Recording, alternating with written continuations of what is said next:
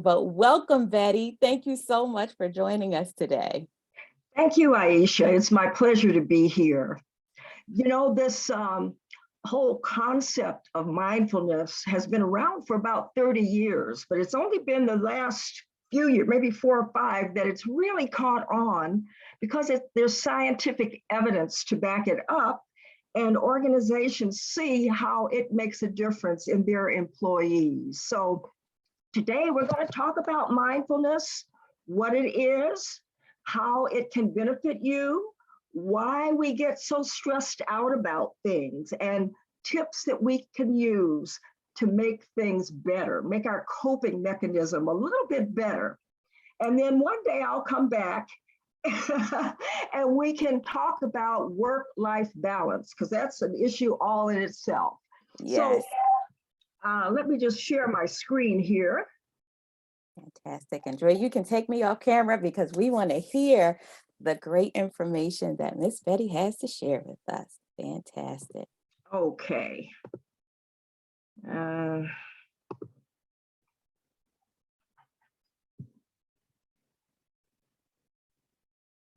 While you're sharing your screen, I will share you are absolutely right. When it comes to mindfulness, I actually first heard the term about 3 years ago with my daughter in school.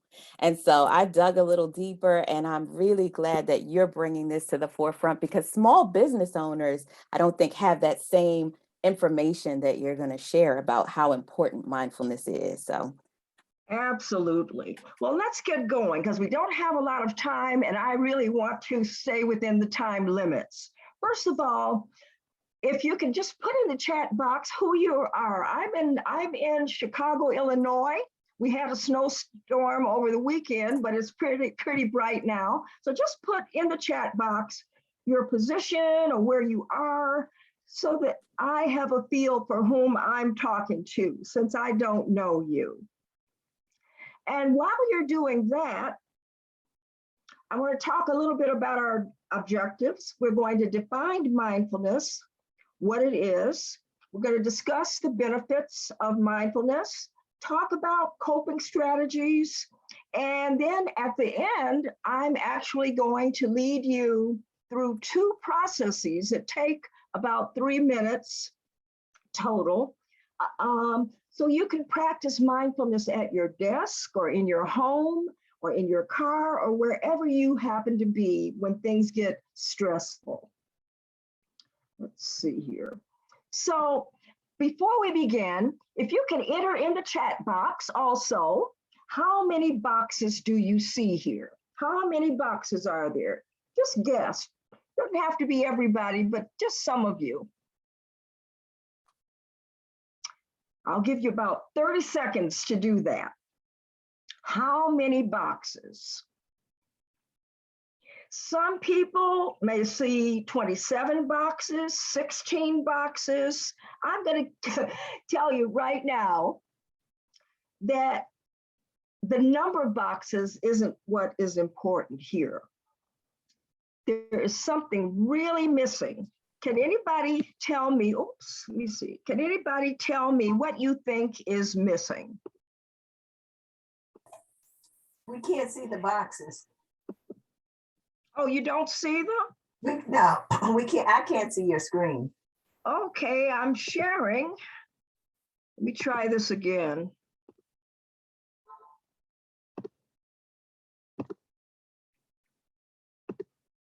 Okay, can you see it now?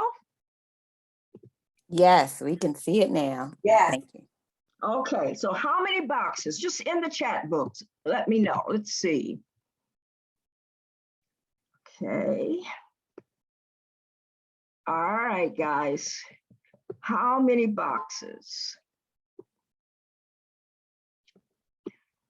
Okay, so everybody's going to come up with different answers. I've even seen people take out their calculators to try to figure this out. But the one important thing is that something is missing. Yes, Aisha says 22. All right. Hazel sees 29. But can any of you tell me what's missing? I'll help you. What's missing is that I didn't give you the context. I didn't tell you the shape of the boxes, if I meant square boxes, rectangular boxes, red boxes only, black boxes, only boxes within boxes. There was no context, and it can be confusing. And life is a lot like that as well. When we don't understand the context, then we get anxious and we get excited. We get nervous when we don't understand. So what is missing is the context. I didn't tell you what to look for. Okay. All right. All right, let me go back here. Okay, so with mindfulness, with this training, I'm going to give you some context for understanding what mindfulness is and why it's important to you. And hopefully from that, you will delve more deeply into research to find out more about this exciting new realm. First of all, mindfulness is a state of being that focuses solely on the present moment. And this can be a powerful thing. Why can it be powerful? Because it keeps us centered. Even when things are tough, when there are situations we don't understand, when there are conflicts that we've been involved in, when we can get centered and know ourselves, we function better.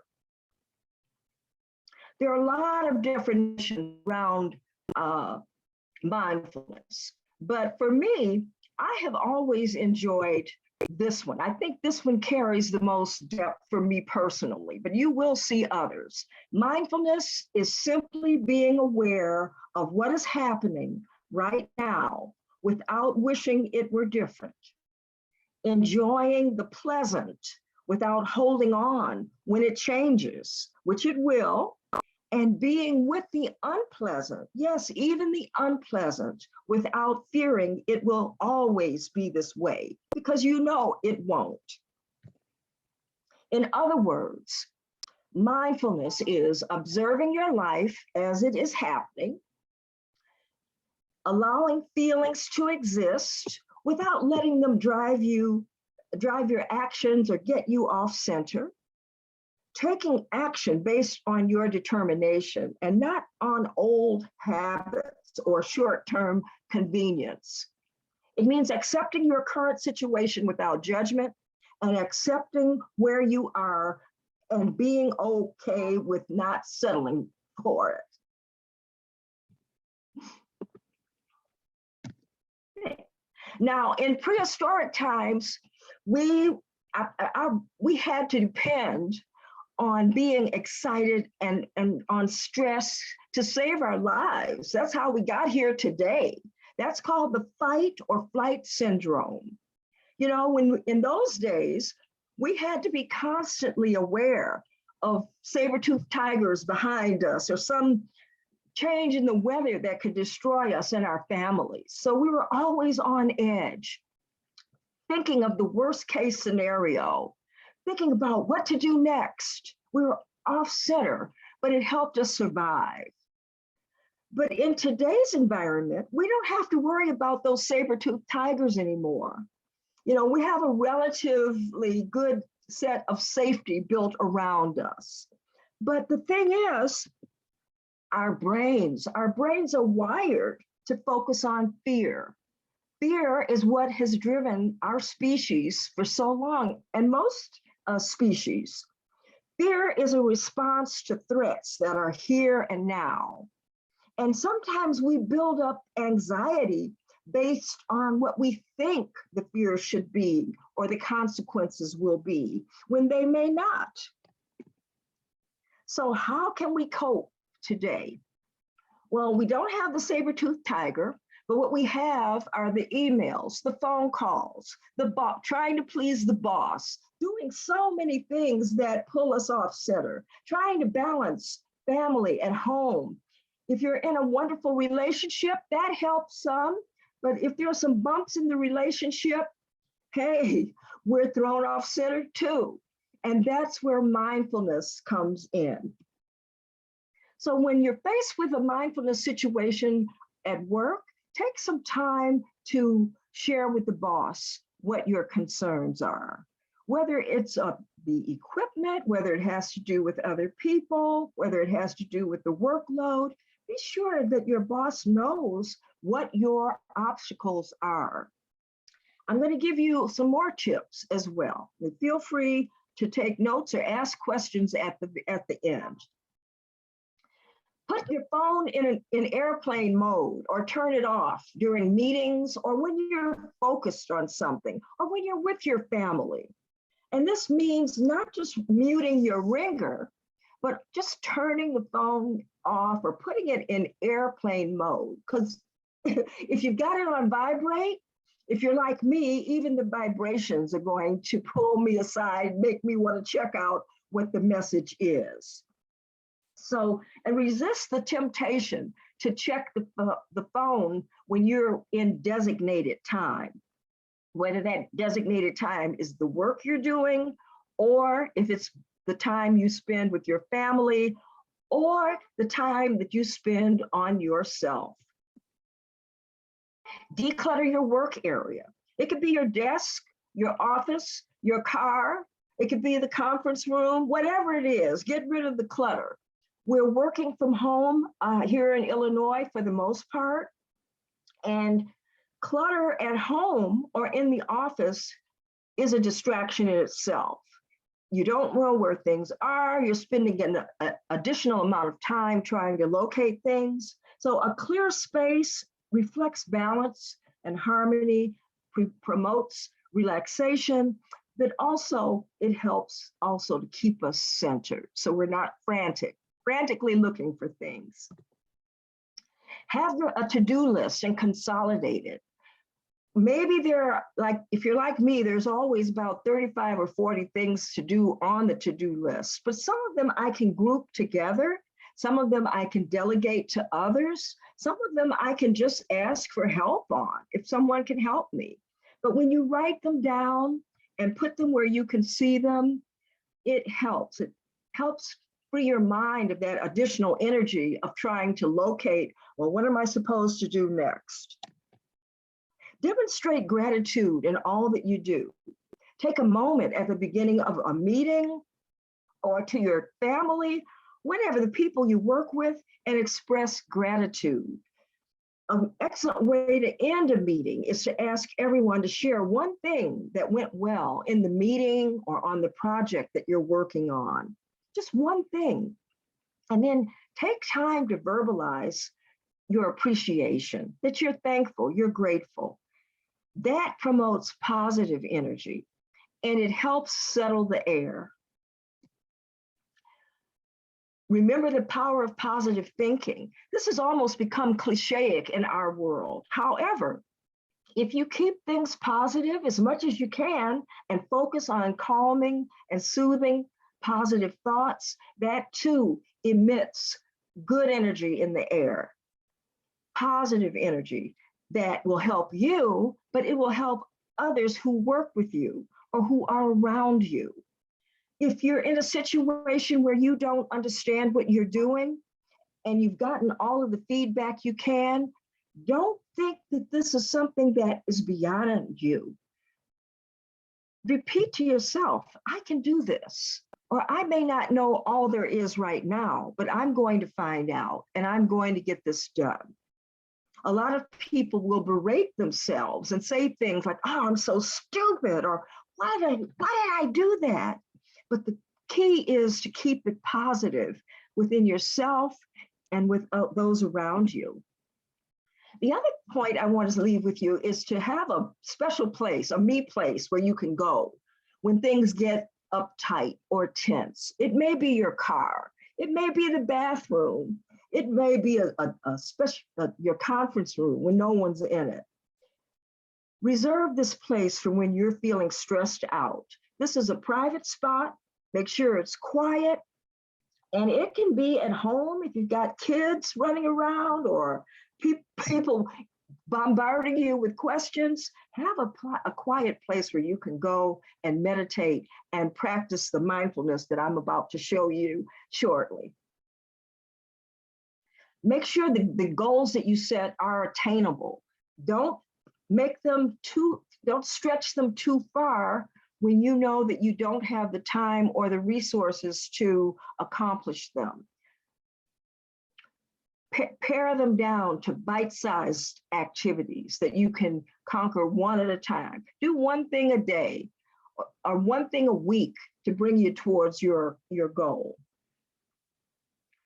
And then sometimes things get so uptight, you just need to talk to somebody. So find a person, identify a person who's got your back, who understands you, that you can confide in when things get too tense, too confusing, when your head is spinning and you don't know what to do. You'll feel better. And sometimes that person will give you advice, if you ask it, that is something that you've never thought of before. Or they can say a word or two that really, really helps pull you up so that you can carry on. And number 10 is to get enough sleep. Most Americans don't get the 8 to 10 hours of sleep that we require. And that wears us out. Our brains need time to regroup, just like our computers do when we have to reboot them. Turn them off, turn them back on. Hey, it's better. Let them rest. So let your mind rest. Make sure there are no distractions, and practice the mindfulness meditation that we're about to see. Okay. One other thing is make healthier food choices and exercise. It doesn't have to be strenuous exercise, but just a walk. Buy a pedometer. Do your 7,000 or 10,000 steps a day. Eat an apple instead of 5 cookies like I used to do, just to calm your nerves and bring you down. Now, mindfulness, once you get into it, you'll find that it has many different benefits, and here they are. Mindfulness reduces anxiety, it lowers your stress rate, your blood pressure, it ignites our senses and increases the endorphins in our brains. And our brains interpret that as pleasure. It helps you sleep better. It helps to provide a clearer focus and concentration for you when you go back to your task at hand. It provides mental clarity. It cultivates deeper relationships because you're a better person because of the mindfulness meditations, because you are calmer, you can listen more. Also, it gives you a sense of peace of mind, whether it's just for that session that you're working through or in the long run, you'll feel better. It improves your physical health. As I mentioned before, it reduces stress. Stress in itself can be a good thing, but when we are in positions, whether at work or at home, where that stress is carried out 10, 20, 30 years, 40 years, people on a job, the job kills them because stress itself increases the cortisol in our blood, the rates of cortisol, that hormone, that flight hormone. Also, it increases our blood pressure. Our minds are not clear. So we want to work on that. And mindfulness has really helped me. It improves our physical health, it reduces worry, it improves our self-esteem, because the more you meditate, the more confident you become, the sharper your mind becomes, and it reduces anger, jealousy, and pride.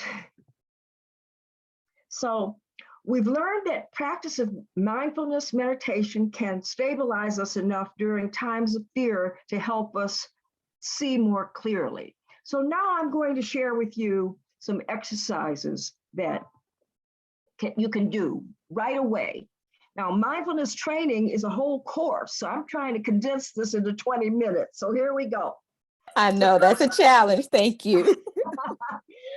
Hand massage. You know, we use our hands for so many things, not only on our keyboard, but preparing food, for defending ourselves, for putting on our clothes, so many things. Our hands manifest a lot of pressure. a lot of stress in our hands. But with this self-hand massage exercise, it can help you reduce the pressure instantly. So what I want you to do is follow me. Take your hand, right or left hand, it doesn't matter, and your thumb. Put your thumb in the center of your hand like this, okay? And then with just a circular motion, start to massage the inside of your hand, just slowly like this, okay? Make like a spiral. Start from the center and go around so that finally you're feeling the knuckles from the inside, okay? And as you do this, you're squeezing the opposite side of your hand. Go all the way around, including your fingertips. And once you do that, go take each finger and just apply a little pressure to it. Just a little pressure to each finger. Does that feel good? Can you feel a difference? Then when you're done with that hand, switch to the other, just slowly, and think positive thoughts. Think of a good time you had recently or someone that you really, really like, and just massage your hand. You can do this when you're in traffic. Chicago has terrible traffic. You can do this while you're waiting for traffic to move. Do this while you're waiting in line at the supermarket with that person who had, excuse me, that person who has 2 baskets ahead of you, just to relax yourself. So that's called self-hand massage. And you can look up more about it. There are instructions on YouTube and elsewhere. Now, we're going to take a moment just to practice mindfulness meditation. And this is a short version. I've condensed it down to about a minute, maybe 90 seconds. So the first thing I want you to do is remember to breathe. Breathing is important. So take a few deep breaths and do this along with me. I ask you to do this along with me. All right, so close your eyes and take a few deep breaths. Maybe 3. 1, 2, 3. Just relax. And I ask that you sit upright in your chair in a comfortable position. Make sure both feet are on the floor, legs are not crossed, and that you're in a comfortable spot. And while we do this, about that pleasant thing I told you, whether it was a good day that you had recently, some people focus on one word: love, peace, joy. Relax. Now, as you relax, I want you to go into that place that has brought you joy so recently that you remember. It can be something that happened yesterday or a year ago or 5 years ago. Some people like to think of that feeling they had when they first fell in love, the joy their hearts felt, the warmth. And as you do this, breathe. 1 breath. Inhale, exhale. Inhale, exhale. For me, this exercise takes me to a peaceful place on a beach. For you, it may be a park. It may be a place in your home. But think about that place and shed good light and positive energy in that spot. It could be a person that you love, that you haven't seen for a while. But just relax, breathe and relax and focus on the present, the feelings of peace and contentment that you have now. Just breathe in and out, in and out. Let your eyes relax. It's okay if your eyes are tense, but don't let that follow you through this entire exercise. It's okay for your mind to wander. Our minds do that. We're programmed to be in constant action. But just continue to breathe and enjoy the silence, enjoy the calm, and knowing the type of person that you are. Someone who cares about themselves and others, to take time to delve into being the best person you can be. Now, as we near the end of this exercise, I want you to just move your head left to right, just in a circle, just a couple of times, just to loosen your shoulders, loosen your neck. Take a few more deep breaths and open your eyes. I hope you feel better. Does anybody feel better after that exercise? It's kind of hard to condense it into this short time, but you get the gist of it. Wonderful, wonderful. All right, so I know that a lot of you have questions. If you do, I can take them now. You can put them in the chat box if you like, or if you prefer, you can actually email me. Oh, here's some, might want to take a screenshot of this. These are some readings, some recommended readings on mindfulness. I found a wonderful blog site where you can actually print up exercises that you can do and your kids can do. And there's a TED Talk on this topic that you can do at your leisure, that goes more into the scientific basis for this practice. And if you want to get in touch with me, you can always contact me at this email address, and I'm on LinkedIn. So feel free, I'd love to hear from you. And if you have any questions, let me see if I can get back. There we go. If you have any questions, feel free to share them with me. Let's see, what have I got here? And I know we're over just a little bit, everyone. So if you can, if you have any questions, you can drop them in the chat. If you have to leave, it's okay. We're going to send out the replay as well as the summary, some of the notes from this session with Betty. And so we are very grateful that she is able to answer questions that you have. And this is our first time, Betty, doing this as a meeting instead of a webinar, so that people can actually ask questions live and not necessarily have to type them in the chat, but whatever you're comfortable with. If anyone has a question, feel free. You can use the raise hand feature, or you can unmute yourself and ask a question. I do have one question myself. If no one else does, I don't see one in the chat, but one question that I do have, everyone's talking a lot about self-care. And I know that mindfulness and self-care go hand in hand. Is there one self-care practice that you may suggest to people that are watching? If people are super busy, they've got so many things going on, they just want to try one thing to improve. Something that's really easy to do. Well, one of the self-care things that I showed you was the hand exercise, okay? Yes. And I use a little bit of lotion, a little fragrance and lotion, and that helps a lot. But another is just basic things like taking that extra long shower. Instead of getting in there for 5 minutes, take that, 15 minutes of that hot water and steam to just relax yourselves and to think positive thoughts while you're there. Another thing I do, I treat myself once a week to a pedicure. Because it feels good.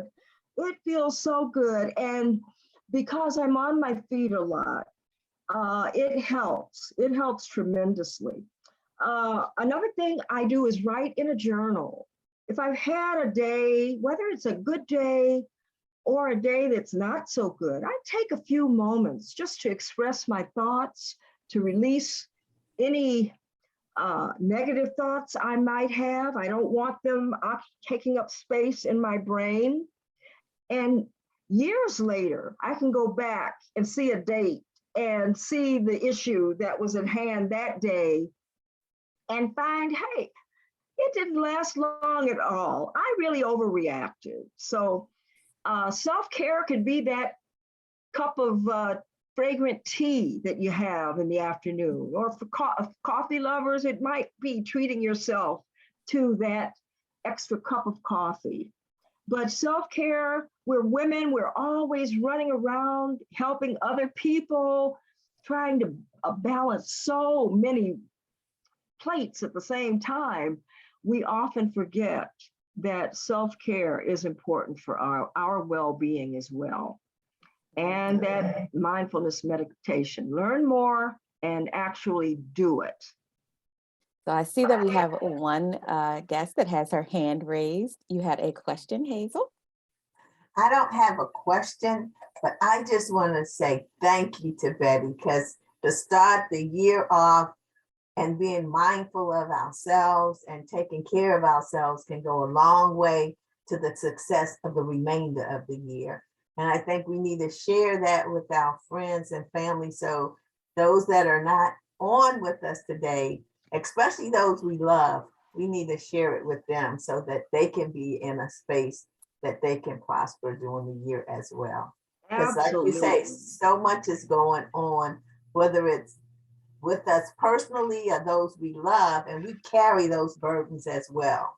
And so to be able to do things to help us kind of with our mindfulness and self-centered and care, it just goes a long ways. And I just want to say thank you to AIB for doing this in January, where we can start the year off great. So thank you, Betty.